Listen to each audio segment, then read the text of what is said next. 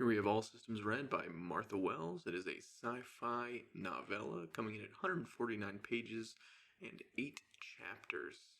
The novella costs $5 to buy it on ebook on Amazon, $12 to buy a hardcover, $15 to buy a paperback currently. It is on Audible, and this first one is available on Kindle Unlimited.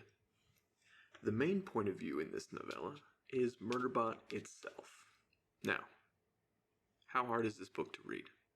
This novella is fast, light, fun, and definitely easy to read.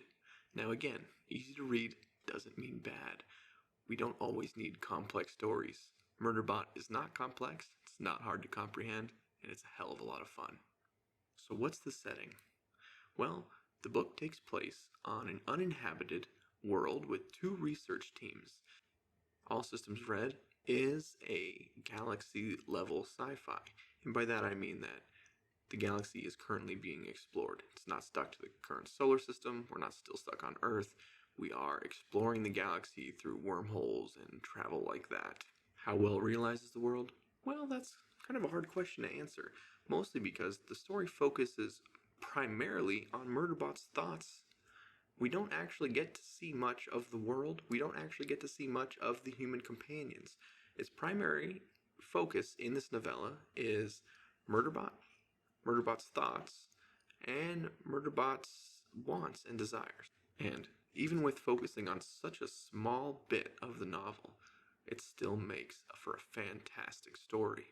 What is movement in the world like? Well, like I said, it is just a singular planet, and in sci-fi terms, that's pretty small.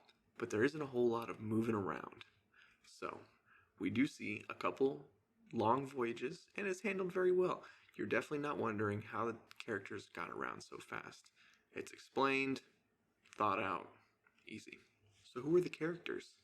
Well, the only one you're really going to care about in this novella is Murderbot itself.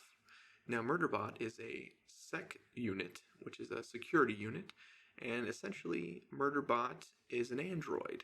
So they look a little bit human, they wear armor, they have a governing module to keep them from, having free will. But Murderbot somehow has gotten past their own governing unit, and now Murderbot has free will. But to blend in and keep from, getting the governing unit re-enabled, Murderbot has to blend in and follow the contract. And so Murderbot acts like a normal Murderbot would, or at least as close to it as it can. What's the charm of All Systems Red? And that's Murderbot, the character itself.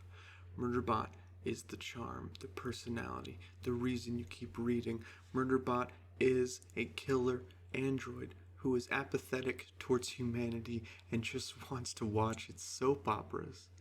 It's fantastic. It, as a character, has to begrudgingly keep people alive and defend things it cares nothing about, when all it wants to do is watch hundreds of thousands of hours of its stories, of its entertainment that it downloads to its database or its hard drives inside itself. That's all it wants. It doesn't give a shit about humans, about, what they do. It doesn't give a shit about what's going on around it. Literally, it does its job so it can go into standby mode and start watching its serials. And that is just amazing.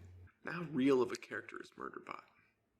Frankly, exceptionally real.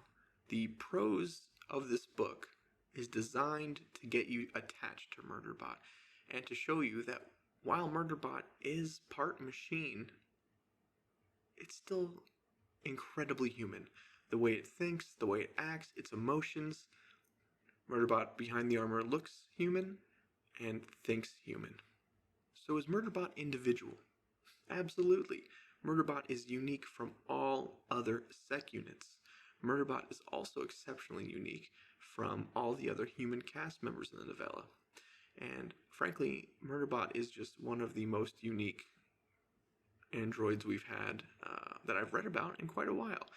And I think what makes it so great is that there is an overwhelming apathy within Murderbot about what goes around, but that's really a feign, and Murderbot cares.